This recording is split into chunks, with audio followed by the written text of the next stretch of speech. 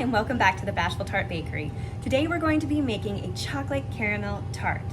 Now this is something that my cousin Tracy, who is an extremely talented cook and baker, makes for some of our family gatherings. We're always all waiting to see what she'll surprise us with next every time we get together. So hopefully you'll enjoy this version, which is a little different from what she makes. She sent me her recipe and I was floored by all the steps. I adore my cousin, but I'm not going to those lengths. So today we're going to make a simplified version of this chocolate caramel tart, which I hope you'll enjoy. And while I'm baking, I'm going to be enjoying a beautiful little cognac here, very sexy.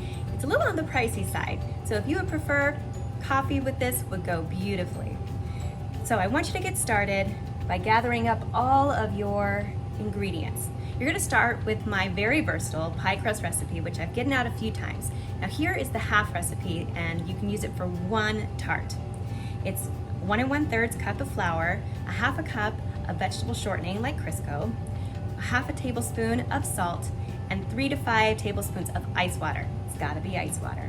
You'll combine all those ingredients together and then you're gonna roll it out on a floured surface, and then I'll show you what you're gonna do with it in just a minute. Preheat your oven to 425 so that you can bake that crust off. Then I want you to gather up all your ingredients for your caramel filling, which is going to be, now this is for 2 tarts, so you're gonna wanna half this as well. 7 tablespoons of butter, a half a cup of light brown sugar, and 2 cans of sweetened condensed milk. Again, just half that up. You're only gonna use half of it, unless you want some extra caramel for ice cream, apple pie, those kinds of things. You can never go wrong having a little extra caramel around. And then the final thing, the top layer, is chocolate. It's like a chocolate ganache. You're gonna need 3.5 ounces of dark chocolate, a half a cup of heavy cream, and 1 teaspoon of very fine vanilla. So let's get started. I love that. Oh, the other thing you need to decide is whether or not you want to use nuts on the edge. You could use berries, like raspberries if you wanted to, but you could use sliced almonds, pistachios chopped up, hazelnuts chopped. Ooh, which you could also make a drink with frangelico then if you're gonna use hazelnuts. Or you could use just whole walnuts around the edge. It's very beautiful. So make that decision before you get started too. So, now I told you that I was gonna show you what you're gonna do with that crust. And what you're gonna need is a tart pan. It has a removable bottom.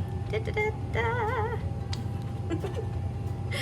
So you're gonna need a tart pan. This one is an 8-inch tart pan, which is what I prefer. It's big enough for a family, a little gathering, and trust me, you're not gonna need a lot of this. It's very rich. But you're gonna roll out that pie dough into about a 1/4 inch thickness, and then you're going to place it inside the tart pan, press it down into the corners, and then you're just gonna kind of run your fingers, press it into the edge so that it follows the shape of the tart pan. Then you're gonna place that into the refrigerator for about 15 to 30 minutes. It helps to reduce shrinkage, which you can see I didn't wait very long. I didn't wait quite long enough. It shrank it down a little bit there. And then you're going to take it out of the refrigerator and you're gonna prick it with a fork all over to vent so that it doesn't bubble up all over the place. And the next thing you're going to do, now these are called pie weights. They're ceramic pie weights. You buy them in a little jar, a little container at like a cookware. You can buy them online. Then you take some parchment paper and line the inside of your, this is one I just used, line the inside of your shell with the parchment paper and then fill it with pie weights, like that. So some of these I've had for many years, the pie weights. They last forever. They will start to brown over time. It's just like having patina on some metal. And then you're going to bake it off in your oven for 10 to 12 minutes. Take out the pie weights. They're going to be hot, watch out.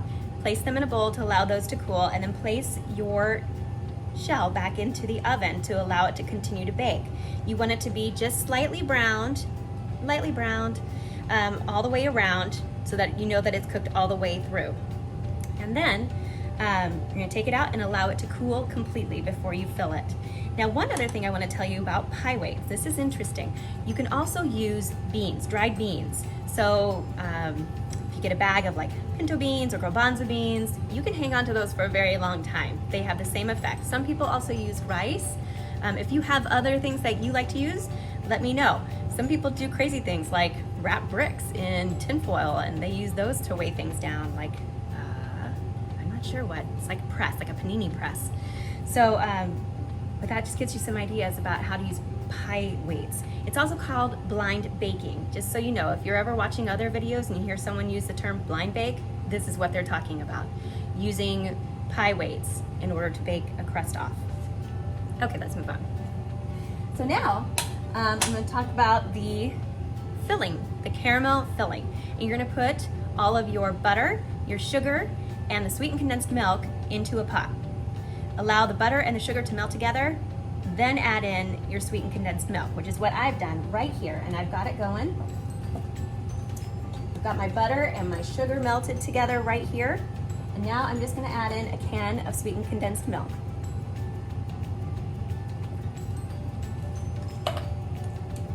Now, you're gonna want that to come to a boil, so that's gonna take a few minutes. I'll be right back.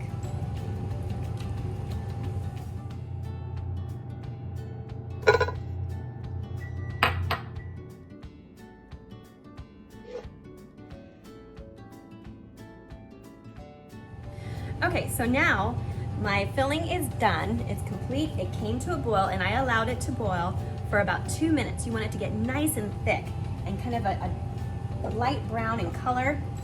You can see that right there? That's just perfect. Nice and thick, because it's going to set up in your tart shell. Exactly what you want. It's very thick.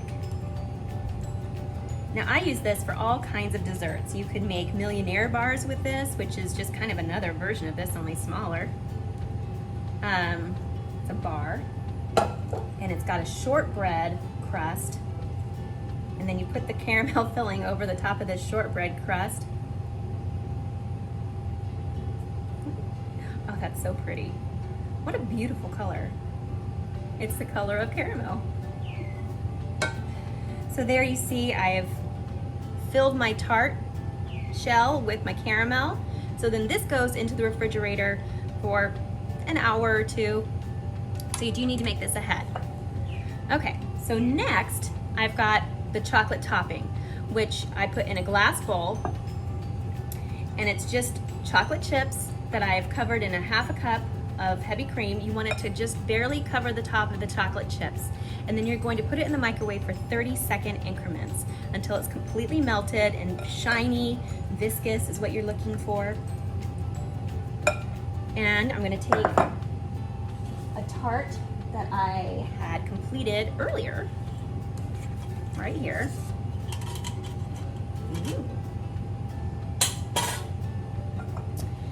And I'm just going to pour the chocolate over the top of this.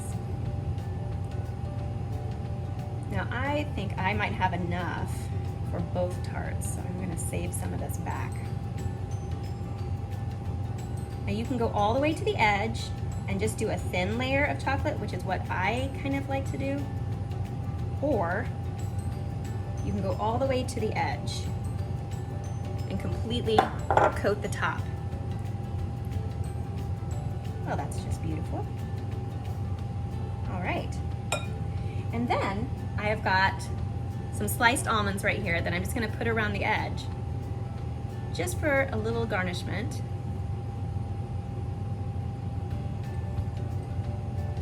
Oh, pretty.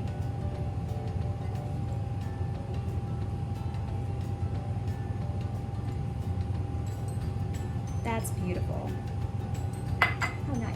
And then just as an added bonus, I'm gonna use Maldano salt, flaked salt, to add that little bit of saltiness that I so love, just around the edges. And then this goes back into the fridge so that the chocolate can set up for you. And then what you have is this gorgeous caramel and chocolate tart to serve to your family or your friends on some cool autumn evening. You just need a little slice of heaven to make it worthwhile. I'm gonna finish my cognac and then have a slice of this. So thank you for joining us today. Please take care of yourselves and take care of everyone else. See you soon.